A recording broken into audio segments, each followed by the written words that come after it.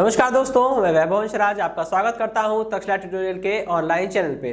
दोस्तों, हम लोग बात कर रहे थे क्लास 12 के फिजिक्स के चैप्टर नंबर 4 जिसका नाम था गतिमान आवेश एवं चुंबकत्व। इसमें दोस्तों हम लोग लेक्चर 4.16 तक कंप्लीट कर चुके थे। आज हम लोग बात करेंगे लेक्चर 4.17 के बारे में। दोस्तों, पिछले सेशन में और आगे आने वाले कुछ और सेशंस में हम लोग केवल क्वेश्चंस पे ध्यान देंगे। चैप्टर हमारा कंप्लीट हो चुका है। दोस्तों, आज के सेशन का पहला क्वेश्चन जो है क्वेश्चन नंबर 16, वो क्या है? दो अनंत लंबे विद्युत रोधी तार परस्पर लंबवत रखे गए। आप देख पा रहे होंगे एक तार ऐसे रखा हुआ है बिल्कुल ऊर्ध्वाधर, और एक तार ऐसे रखा हुआ है बिल्कुल क्षैतिज। ठीक है, एक में धारा कितनी है? 2 एम्पियर की है और दूसरे में धारा है 1.5 एम्पियर की। बिंदु P पर चुंबकीय क्षेत्र की तीव्रता तथा दिशा ज्ञात कीजिए। ठीक है, और यदि एक तार में धारा की दिशा उलट दी जाए तो क्षेत्र की तीव्रता क्या होगी? आपको ये क्वेश्चन पूछा गया है भाई। ठीक है, ओके। अब यहाँ पे तो करना क्या है, हमको बिंदु P पर क्षेत्र की तीव्रता पूछी गई। तो यहाँ पे सबसे पहले ये सोचने वाली बात है कि बिंदु P पर क्षेत्र उत्पन्न कहाँ से होगा। ठीक है, निकालेंगे तो, लेकिन सोचिए सोर्स क्या है, कारण क्या है, क्यों चुंबकीय क्षेत्र उत्पन्न होगा। ठीक है, तो हम देख पा रहे हैं यहाँ पे हमारे पास 2 तार रखे हैं। बिंदु P के अगल बगल केवल 2 तार मुझे दिख रहे हैं। ठीक है, आप भी देख पा रहे होंगे। एक तार ये है ऊर्ध्वाधर वर्टिकल तार, ठीक है, और एक ये क्षैतिज तार रखा है। तो आपको पता है दोनों में धारा है। आपको पता है जब किसी तार में धारा प्रवाहित करते हैं तो उस पर चुंबकीय, उसके चारों ओर किसी भी बिंदु पर या चारों ओर कहीं भी आप बिंदु ले लीजिए, वहां पे चुंबकीय क्षेत्र उत्पन्न होता है। ठीक है, तो मुझे क्या करना है, मुझे ऊर्ध्वाधर तार के कारण बिंदु P पर चुंबकीय क्षेत्र निकालना है, प्लस क्षैतिज तार के कारण बिंदु P पर चुंबकीय क्षेत्र निकालना है। बस इतना करना है मैं। ठीक है, और दोनों चुंबकीय क्षेत्र को फिर हमने जोड़ना है। देखते हैं क्या आता है। ठीक, चलिए। ठीक है, पहले तार के कारण P पर चुंबकीय क्षेत्र निकालिए जरा। B1 is equal to mu naught upon में 2 पाई और I इंटू आर होता है, मतलब I अपॉन आर होता है। ठीक है, पहले तार की बात कर रहे हैं तो धारा कितनी हो जाएगी दोस्तों? I1 अपॉन में दूरी, पहले तार से बिंदु की P के बीच की दूरी कितनी है? पहले तार से बिंदु P के बीच की दूरी जो है वो 4 सेंटीमीटर है, यानी R1 है। ये हो गई R1। ठीक है, इसको जरा कैलकुलेट करिए, देखिए कितना आता है। B1 इज इक्वल टू, ये हो जाएगा 2 इंटू 10⁻⁷ मल्टीप्लाइड बाय I1 कितना है दोस्तों? 2 है, और R1 कितना है? 4 सेंटीमीटर है, मतलब ये हो गया 4 इंटू 10⁻⁻2।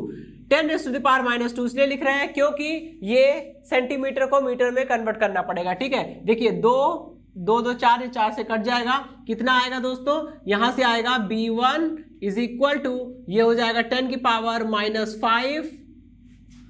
ठीक है, और मात्रक हम जो चाहे वेबर पर मीटर स्क्वायर भी लिख सकते हैं, या newton upon ampere into metre भी लिख सकते हैं। ठीक है, दोनों ही मात्रक सही है। चलिए, पहले तार के कारण P पर क्षेत्र निकाल आया। आइए इसकी दिशा देख लेते हैं। दिशा क्या होगी दोस्तों?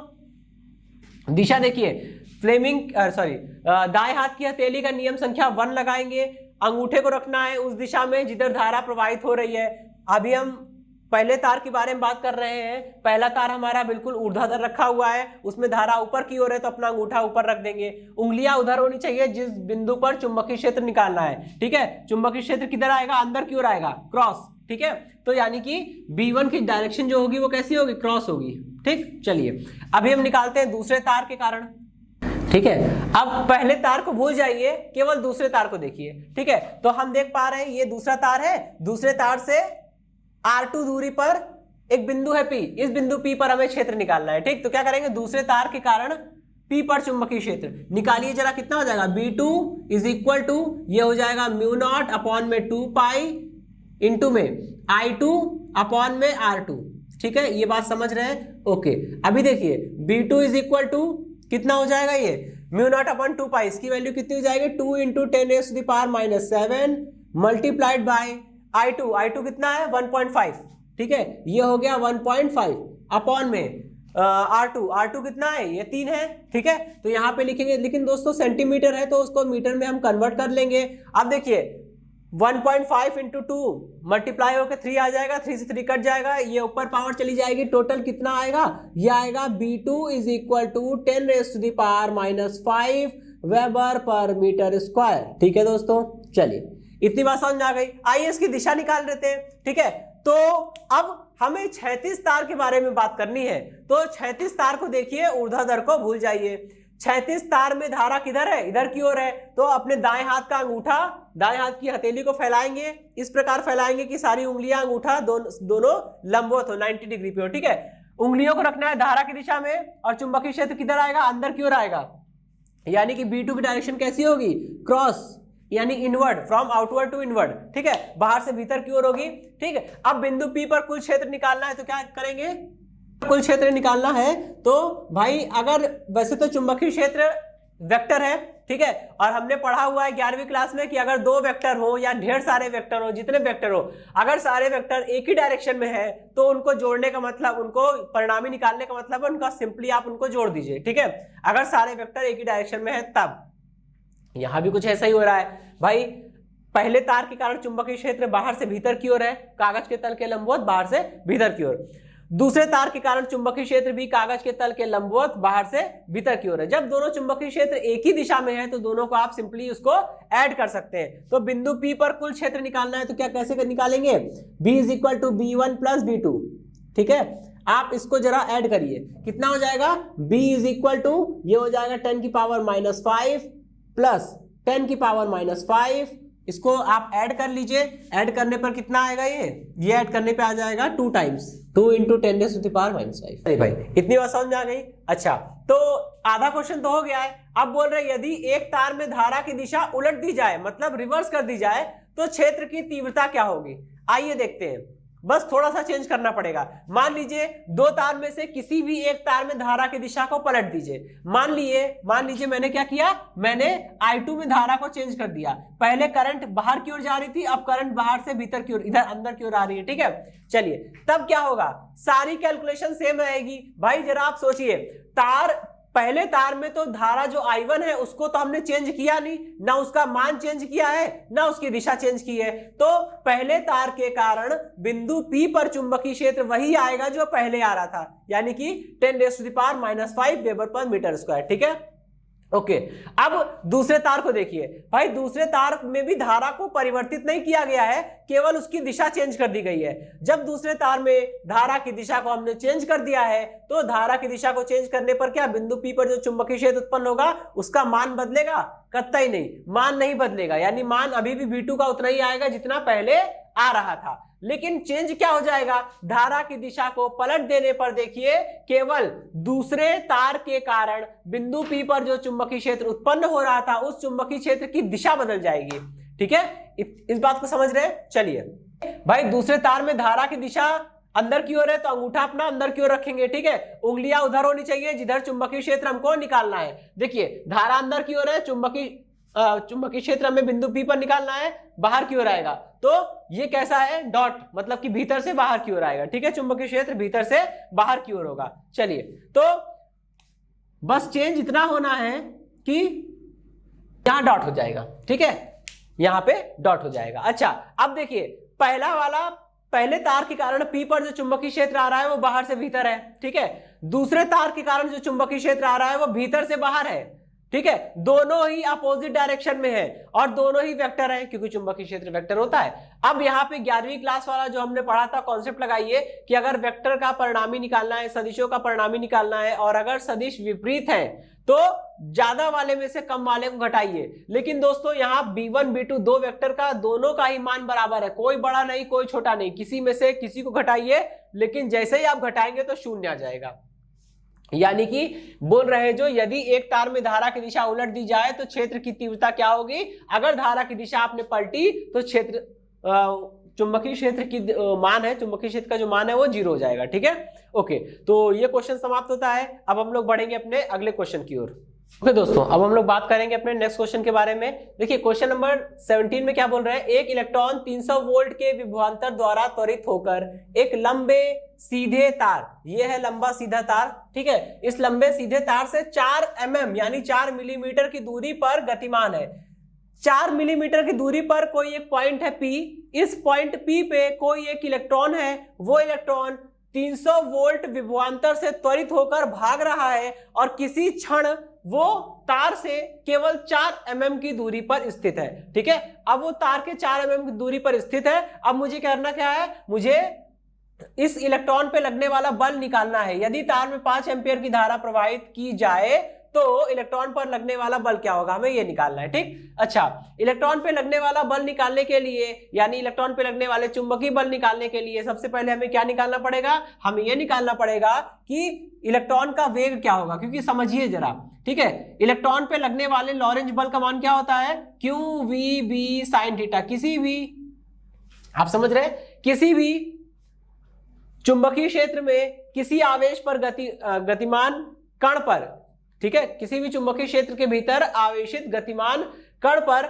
लगने वाला जो लॉरेंज बल होता है उसका मान ये होता है। ठीक है, इलेक्ट्रॉन के लिए क्यू का मान हमें पता है, लेकिन पहले हमें ये निकालना होगा, क्योंकि हमें ये पता नहीं है कि चुंबकीय क्षेत्र का मान क्या है। सबसे पहले हम ये निकालेंगे कि इस तार में धारा प्रवाहित हो रही है 5 एम्पियर की, तो 5 एम्पियर की धारा के कारण 4 mm दूरी पर कितना चुंबकीय क्षेत्र उत्पन्न होगा, बी का मान निकालना है। ठीक, फिर मुझे वी का मान निकालना है, बी और वी का मान निकालने बाद यहां पुट करेंगे और देन सॉल्व करेंगे। ठीक, ओके, हम जानते हैं कि क्यों आवेश को v वोल्ट विभवांतर से त्वरित करने पर उसके द्वारा अर्जित गतिज ऊर्जा का मान निम्नलिखित होता है। ठीक है, यानी कि हमने पढ़ा हुआ है कि k बराबर कितना होता है, q इंटू वी होता है। ठीक, लेकिन दोस्तों k क्या है, गतिज ऊर्जा, उसके द्वारा प्राप्त गतिज ऊर्जा। अगर हम ये मान ले कि शुरुआत में उसकी गतिज ऊर्जा 0 है, ठीक है, मतलब वो विरामावस्था में है। गतिज ऊर्जा 0 होने का केवल एक ही मतलब होता है कि वस्तु विरामावस्था में, क्योंकि गतिज ऊर्जा बराबर हाफ mv²। और अगर गतिज ऊर्जा 0 है, इसका मतलब भाई द्रव्यमान तो 0 होगा नहीं। इसका एक मतलब निकलता है कि v² बराबर 0, मतलब v बराबर 0।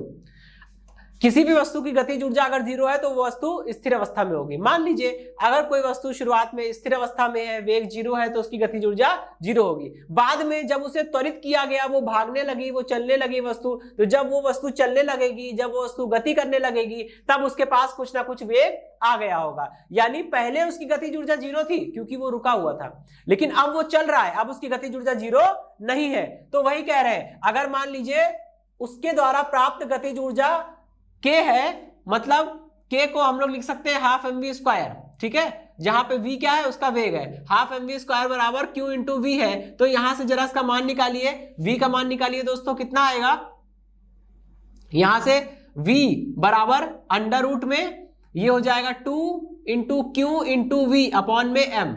ठीक है, चलिए भाई, ये हो गई हमारी इक्वेशन नंबर 1। ठीक, समझ में आ गया। यहां देखिए दोस्तों, दो नोटेशन यूज किए गए हैं। स्मॉल v का मतलब होता है वेग और कैपिटल V का मतलब होता है विभवांतर। ठीक है, चलिए v का मान तो मुझे मिल गया, हम लोग रख लेंगे। अब b का मान निकालते हैं। ठीक है, के कारण बिंदु P पर चुंबकीय क्षेत्र निकालते हैं ये। ठीक है, कैसे निकलेगा, B is equal to mu naught upon में 2 पाई I इंटू आर। ये फॉर्मूला हमने पढ़ा हुआ है। ठीक है, किसी लंबे सीधे चालक तार के कारण किसी बिंदु P पर उत्पन्न चुंबकीय क्षेत्र का मान ये होता है। ठीक है, चलिए अब केवल इसे कैलकुलेट करना है, तो कैलकुलेट करते हैं। B इज इक्वल टू, देखिए कितना आ जाएगा, ये हो गया 2 इंटू 10⁻⁻⁷। ठीक है, मल्टीप्लाइड बाय, या चलिए इसकी वैल्यू हम लोग बाद में रखेंगे, इकट्ठा जब कैलकुलेशन करेंगे तब रख देंगे। ठीक है, ये इक्वेशन नंबर 2 हो गई। अब क्या करेंगे, तार पर लगने वाला लॉरेंज बल निकालना है। ठीक, सॉरी, इलेक्ट्रॉन पर लगने वाला, इलेक्ट्रॉन पर कार्यरत लॉरेंज बल। ठीक है, इलेक्ट्रॉन पर कार्यरत लॉरेंज बल आप निकालिए, कितना हो जाएगा, F इज इक्वल टू, ये हो जाएगा Q V B sine theta. ठीक है, चलिए भाई, अभी क्या करेंगे हम लोग, यहाँ पे बात हो रही है इलेक्ट्रॉन की, तो इलेक्ट्रॉन का आवेश भी इलेक्ट्रॉन का ही होगा। ठीक है, रखिए यहाँ पे F is equal two electron का आवेश, इलेक्ट्रॉन पे मूल आवेश के बराबर आवेश होता है। ठीक है, V का मान रख दीजिए अंडर रूट में 2 इंटू क्यू की जगह फिर से वही रखेंगे, E इंटू वी अपॉन में m। ठीक, मल्टीप्लाइड बाय B मतलब चुंबकीय क्षेत्र, यानी कि ये। ठीक है, म्यू नॉट अपॉन में 2 पाई इंटू में I अपॉन में R।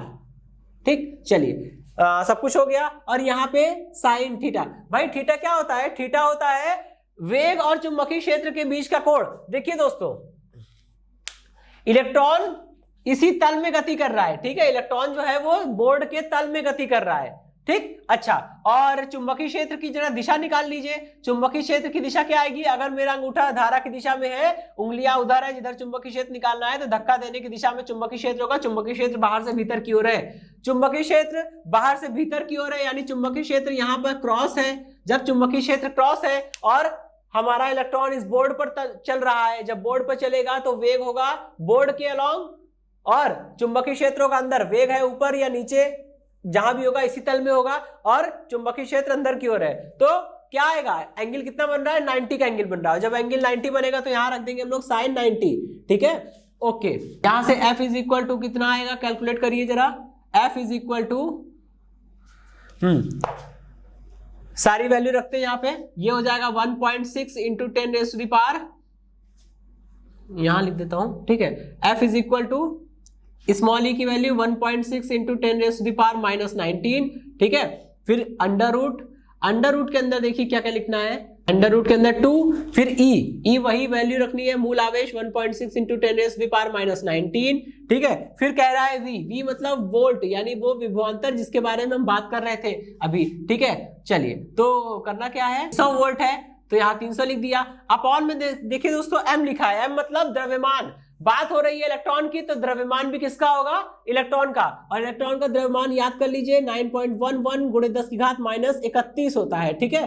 चलिए, और μ0/4 पाई, μ0/2 पाई की वैल्यू कितनी हो जाएगी, 2 into 10 raise to the power -7, और आई की वैल्यू कितनी है 5 अपॉन में आर कितना है दोस्तों, आर है 4 mm, 4 mm को जरा मीटर में कन्वर्ट करिए 10 की पावर -3, ठीक है। चलिए, अभी इसको कैलकुलेट करते हैं, देखिए कितना आएगा, F इज इक्वल टू आ जाएगा 4.106 into 10 raise to the power -16 newton, ठीक है। चलिए भाई, समझ में आ गया, ओके दोस्तों। तो ये क्वेश्चन समाप्त होता है। अब हम लोग बात करेंगे अपने नेक्स्ट क्वेश्चन के बारे में। दोस्तों, नेक्स्ट क्वेश्चन में क्या बोल रहे हैं, दो लंबे सीधे तार एक दूसरे से 750 mm की दूरी पर स्थित है, मतलब दो तार होंगे, पहला तार दूसरा तार, दोनों तार के बीच की दूरी 750 mm होगी, ठीक है। उनमें 50 एम्पियर की धारा बह रही है।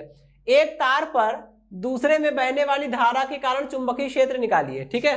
चलिए, क्या बोल रहे हैं, एक तार पर दूसरे तार में बहने वाली धारा के कारण चुंबकीय क्षेत्र की गणना कीजिए, मतलब दोनों में से कोई एक वायर ले लीजिए। हमने इसको बोल दिया ये हमारा फर्स्ट वायर है, पहला वायर है, ठीक है।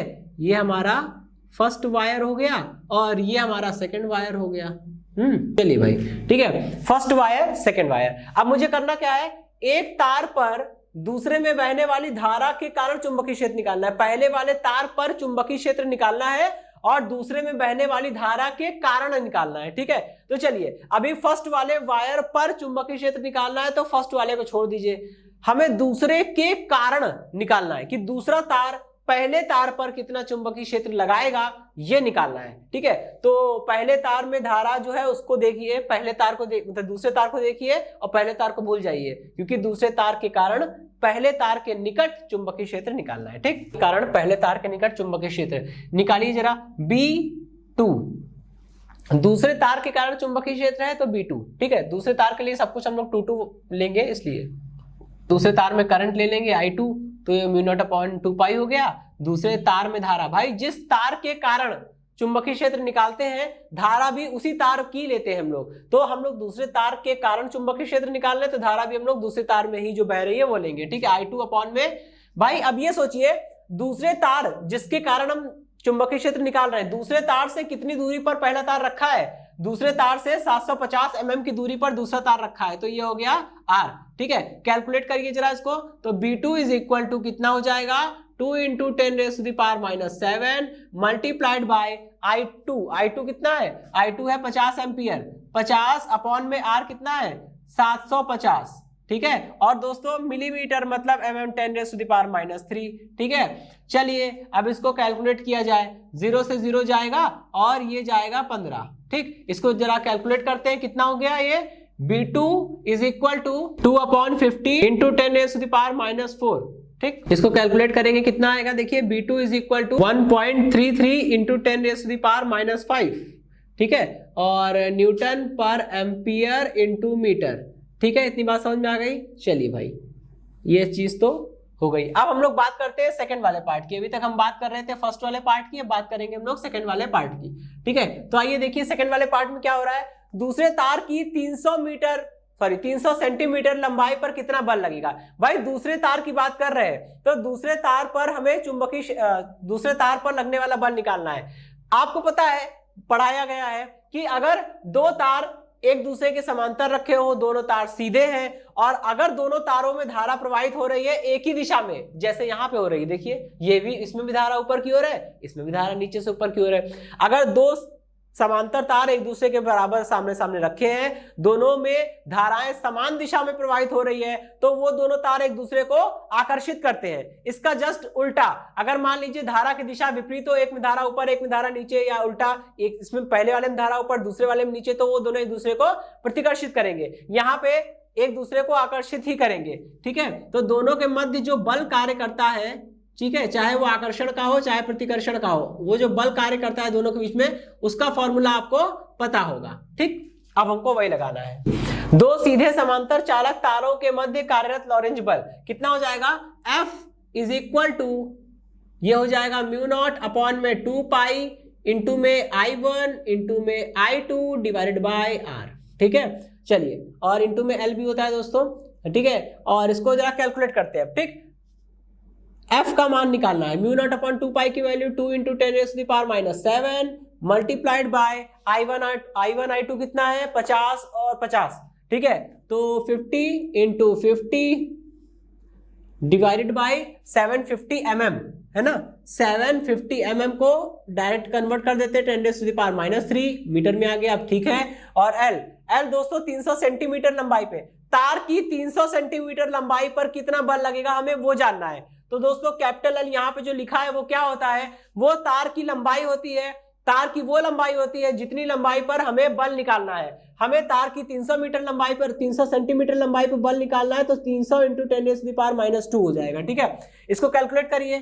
ठीक, 0 से 0 कैंसिल हो जाएगा। ठीक है, और 5 6, और इसको कैलकुलेट करिए, 3 से इसको कैलकुलेट करिए। ठीक है, 100।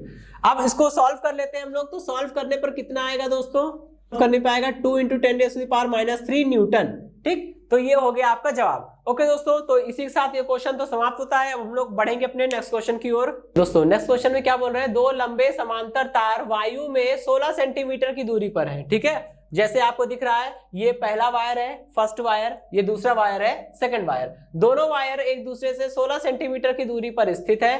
प्रत्येक में 4 एम्पियर की धारा बह रही है। ठीक है, दोनों के बीच मध्य बिंदु है P। ठीक है, इस बिंदु P पर B की गणना करनी है, यानी चुंबकीय क्षेत्र की गणना करनी है, जबकि उनमें धाराएं एक ही दिशा में हो, ये पहला केस है, और विपरीत दिशा में हो दूसरा केस है। पहले हम फर्स्ट केस की बात करते हैं। ठीक है, एक ही दिशा में धारा हो तब, ठीक है। चलिए, तो करना क्या है, मुझे चुंबकीय क्षेत्र निकालना है। पहले वाले तार के कारण P पर निकालिए, दूसरे वाले तार के कारण P पर निकालिए, और देखिए अगर डायरेक्शन सेम हो तो जोड़ेंगे, अपोजिट होगी तो घटाएंगे। ठीक है, चलिए, फर्स्ट वायर के कारण P पर क्षेत्र कितना हो जाएगा, B1 is equal to mu naught upon में 2 पाई इंटू में I1 अपॉन में R1। ठीक है, इसको हम R1 बोल देते हैं, कोई दिक्कत नहीं है। इसको हम R2 बोल देते हैं, कोई दिक्कत नहीं। ठीक है, चलिए अब इसको कैलकुलेट करते हैं, कितना हो जाएगा, B1 इज इक्वल टू,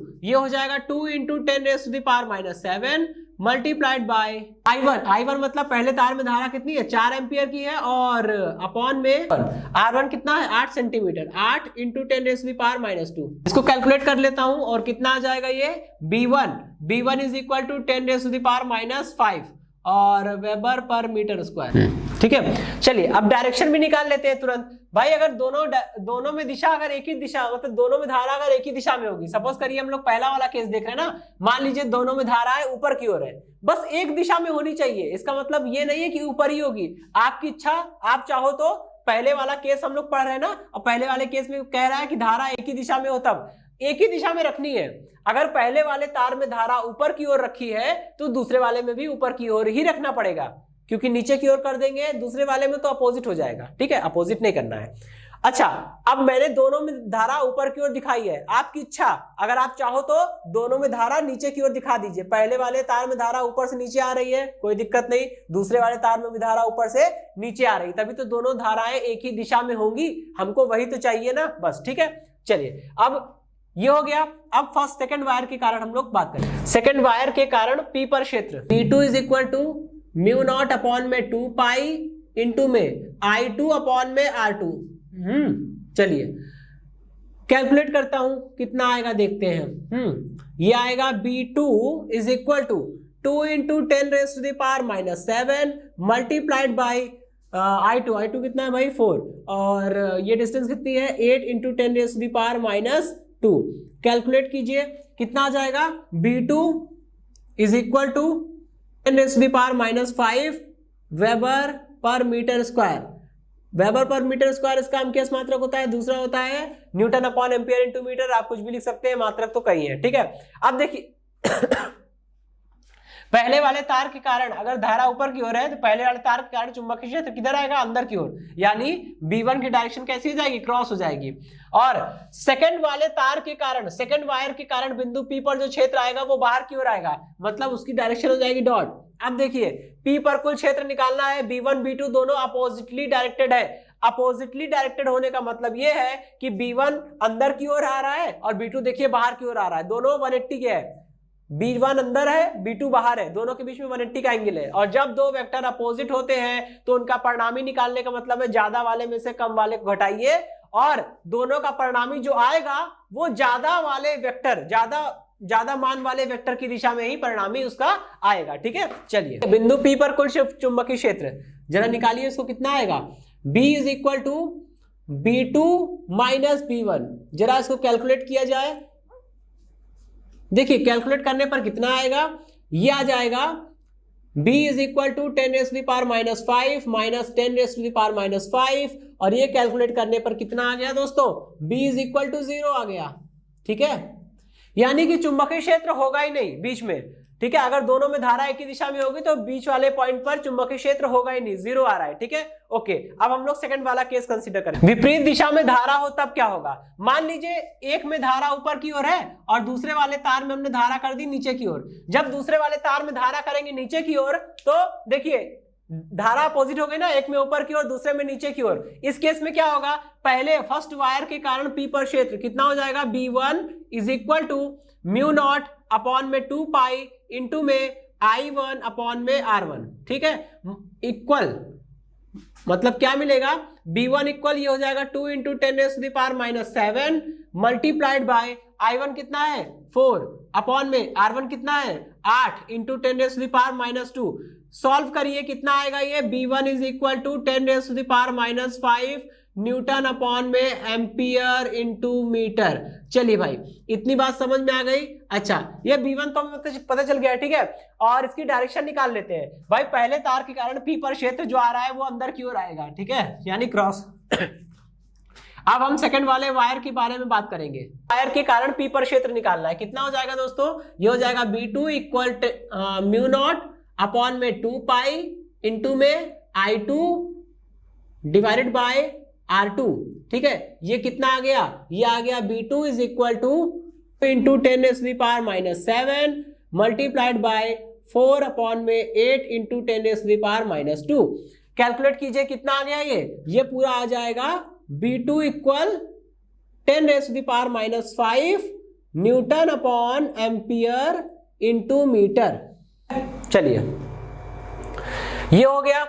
अब हमें बिंदु P पर कुल क्षेत्र निकालना है। अच्छा कुल क्षेत्र निकालने के लिए हमें ये पता होना चाहिए B1 की डायरेक्शन क्या है, B2 की डायरेक्शन क्या है। B1 की डायरेक्शन तो हमें पता चल गई भाई कि अगर पहले वाले तार के कारण P पर क्षेत्र निकालना है तो अंदर की ओर आएगा क्रॉस, ठीक है। लेकिन दूसरे वाले तार के कारण अगर क्षेत्र निकालना है तो वायर धारा नीचे है, किधर आएगा, अंदर की ओर आएगा, ठीक है।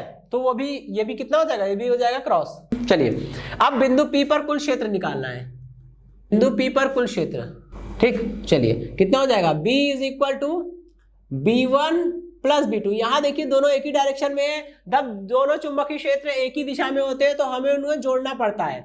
जब हम उन्हें जोड़ेंगे तो पता चलेगा टोटल कितना आ रहा है, और आइए देखते हैं कितना आता है, ठीक है।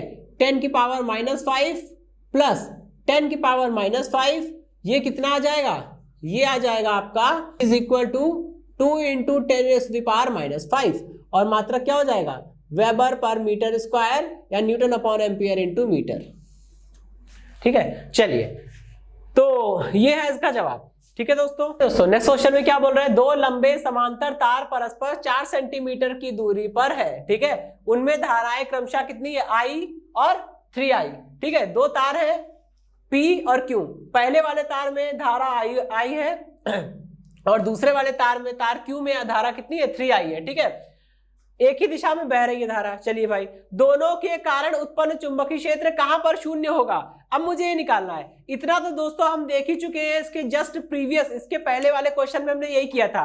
बोला था कि अगर दो तार हैं, दोनों एक दूसरे के समांतर रखे हैं और अगर दोनों में धाराएं एक ही दिशा में बह रही है, अगर दोनों में धारा एक ही दिशा में बह रही है, चाहे धारा का मान अलग अलग ही क्यों ना हो, हालांकि यहाँ पे वो पिछले वाले क्वेश्चन में धारा सेम थी, अगर धारा दोनों में अलग अलग होगी तो भी, अगर धारा एक ही दिशा में बह रही है तो उन दोनों तारों के बीच जितने भी बिंदु होंगे, किसी भी बिंदु को पकड़ लीजिए, वहां पर आप देखेंगे दोनों चुंबकीय क्षेत्र परस्पर एक दूसरे के अपोजिट होंगे। ठीक है, आइए, तो इसका मतलब यह हुआ कि अगर दो तार P और Q एक दूसरे के समांतर रखे हैं, दोनों में धारा एक ही दिशा में प्रवाहित हो रही है, तो दोनों तारों के बीच में कोई ऐसा बिंदु अवश्य मिलेगा जहां पर चुंबकीय क्षेत्र 0 हो रहा होगा। ठीक है, मुझे वही निकालना है। चुंबकीय क्षेत्र 0 इसलिए हो पा रहा है दोस्तों क्योंकि दोनों तारों में जब धारा एक ही दिशा में प्रवाहित होती है तो उन दोनों तारों के बीच कोई भी पॉइंट ले लीजिए, हर एक पॉइंट पर चुंबकीय क्षेत्र B1 B2 का मान अपोजिट होता है। तो जहां पर दोनों बराबर हो जाएंगे, R के जिस मान के लिए B1 B2 बराबर हो जाएंगे, अपोजिट तो पहले से होते हैं वो, जहां पर B1 B2 बराबर हुए वहीं पे टोटल क्षेत्र 0 हो जाएगा हमारा। ठीक है, ओके दोस्तों, चलिए अब हम लोग कैलकुलेट करते हैं B1 और B2, फिर उसके बाद आगे हम लोग प्रोसीड करेंगे। ठीक है, तार P के कारण बिंदु R पर क्षेत्र कैसे निकालेंगे भाई, इसको हमने बोल दिया B1, तार P मतलब ये हमारा पहला वायर है, इसको हमने मान लिया अपना फर्स्ट वायर, पहला वायर। ठीक है, ये हमारा फर्स्ट वायर है। चलिए भाई, और ये हमारा सेकंड वायर। ठीक है, चलिए B1 इज इक्वल टू कितना हो जाएगा, ये हो जाएगा म्यू नॉट अपॉन में 2 पाई और I1 मतलब पहली धारा। ठीक है, I1 अपॉन में R1। ठीक, इसको जरा सा हम लोग चाहे तो कैलकुलेट कर सकते हैं, लेकिन चलिए छोड़ दीजिए, नहीं रखते हैं। ठीक है, इसकी दिशा निकाल लेते हैं भाई। पहले वाले तार के कारण R पर चुंबकीय क्षेत्र जो होगा वो दाएं हाथ की हथेली का नियम नंबर 1 लगाइए, अंगूठे को रखेंगे उस दिशा में जिस दिशा में तार में धारा प्रवाहित हो रही है। पहले वाले तार के कारण चुंबकीय क्षेत्र हम लोग निकाल रहे हैं, तो पहले वाले तार में धारा की दिशा है ऊपर की ओर, तो अंगूठा रखेंगे ऊपर की ओर, उंगलियां उधर होती है दोस्तों जिधर चुंबकीय क्षेत्र निकालना है। मुझे पहले वाले वायर के कारण R पर चुंबकीय क्षेत्र निकालना है और इस तार में धारा ऊपर की ओर है, अंगूठा ऊपर की ओर रखा और बिंदु R इधर की ओर है, ना कि इधर की ओर, तो बिंदु R इधर की ओर है, उंगलियां इधर रखी। अब धक्का देने की दिशा में चुंबकीय क्षेत्र होगा यानी अंदर की ओर होगा, बाहर से अंदर की ओर होगा मतलब क्रॉस होगा, तो हमने यहाँ पे क्रॉस बना दिया कि B1 की डायरेक्शन बाहर से भीतर की ओर होगी। ठीक है, अब हमें उल्टा काम करना है, तार Q के कारण निकालना है। ठीक है, Q के कारण बिंदु R पर क्षेत्र, तार Q के कारण बिंदु R पर क्षेत्र B2 इज इक्वल टू कितना हो जाएगा, म्यू नॉट अपॉन में 2 पाई और ये हो जाएगा I2 अपॉन में R2। और इधर देखिए दूसरे वाले तार के कारण R पर क्षेत्र निकालना है, तो दूसरे वाले तार में धारा किस दिशा में है, दूसरे वाले तार में धारा ऊपर की ओर है, तो अंगूठा रखा ऊपर की ओर, उंगलियां उधर होगी जिधर चुंबकीय क्षेत्र है, जिधर चुंबकीय क्षेत्र निकालना है। मुझे क्या करना है दोस्तों, मुझे बिंदु R पर चुंबकीय क्षेत्र निकालना है, तो उंगलियां धारा, अंगूठा धारा की दिशा में, उंगलियां उस बिंदु की ओर जिधर चुंबकीय क्षेत्र निकालना है और चुंबकीय क्षेत्र किधर आएगा, बाहर की ओर। ठीक है, अब बिंदु R पर कुल क्षेत्र निकालना है, तो बिंदु R पर कुल क्षेत्र कैसे निकालेंगे, B इज इक्वल टू मुझे B1 माइनस B2 करना होगा, B1 माइनस B2, हमें पता तो है नहीं कौन बड़ा है। ठीक है, लेकिन वो कह रहा है हमें ऐसा पॉइंट ढूंढना है दोस्तों, हमें ऐसा बिंदु ढूंढना है जो जहां पर कुल चुंबकीय क्षेत्र 0 हो जाए, मतलब हमें B का मान 0 दिया हुआ है। ठीक है, तो यहां पुट कर दीजिए, क्या हो जाएगा B1 माइनस B2, यहां लिखता हूं मैं, B बराबर हमारा आ गया B1 माइनस B2। लेकिन दोस्तों हमें दिया हुआ है कि B1 माइनस B2 जो है, जो कि हमें B दे रहा है वो 0 आ रहा है। इसका मतलब क्या हुआ, इसका मतलब तो यही हुआ ना कि B1 minus B2 is equal to 0, यानी यहां से मिला B1 is equal to B2। ठीक है, अब यहां पे आप वैल्यू रखिए, यहां पे वैल्यू रखिए, B1 की वैल्यू कितनी है, म्यू नॉट अपॉन में 2 पाई इंटू में I1 अपॉन में R1 is equal to mu naught upon में 2 पाई I2 अपॉन में R2। कैलकुलेट करिए, म्यू नॉट अपॉन 2 पाई से mu naught upon 2 pi cut जाएगा और कितना आएगा, यहां पे आएगा I1 अपॉन में R1 is equal to I2 upon में R2। ठीक है। अच्छा, अब सारी वैल्यू रखिए और कैलकुलेट करिए। भाई पहले वाले तार में I1 मतलब पहले तार में धारा, क्योंकि पहले तार में धारा I1 है, पहले तार की बिंदु से दूरी R1 है। इसी प्रकार दूसरे तार में धारा I2 है और दूसरे तार से की बिंदु से दूरी R2 है। ठीक है, वैल्यू रखिए। ये हो गया I अपॉन में R की वैल्यू कितनी है, R की वैल्यू हो जाएगी X, और ये सेंटीमीटर में दोस्तों तो उसको मीटर में कन्वर्ट कर लेंगे, कोई दिक्कत नहीं। I2 की वैल्यू कितनी है, I2 मतलब I मतलब करंट, 2 मतलब दूसरे वाले तार में धारा, तो कितनी हो जाएगी 3I अपॉन में ये कितना है, ये है दोस्तों 4 माइनस एक्स सेंटीमीटर है, इसको मीटर में कन्वर्ट कर लेंगे 10⁻²से मल्टीप्लाई करके। I से I कट जाएगा दोस्तों, ठीक है, 10⁻² से 10⁻² कट जाएगा और कितना आएगा, ये आ जाएगा 4 minus x is equal to 3x। यहां से कैलकुलेट कर लीजिए, 4x is equal to 4, that implies that x equal 1।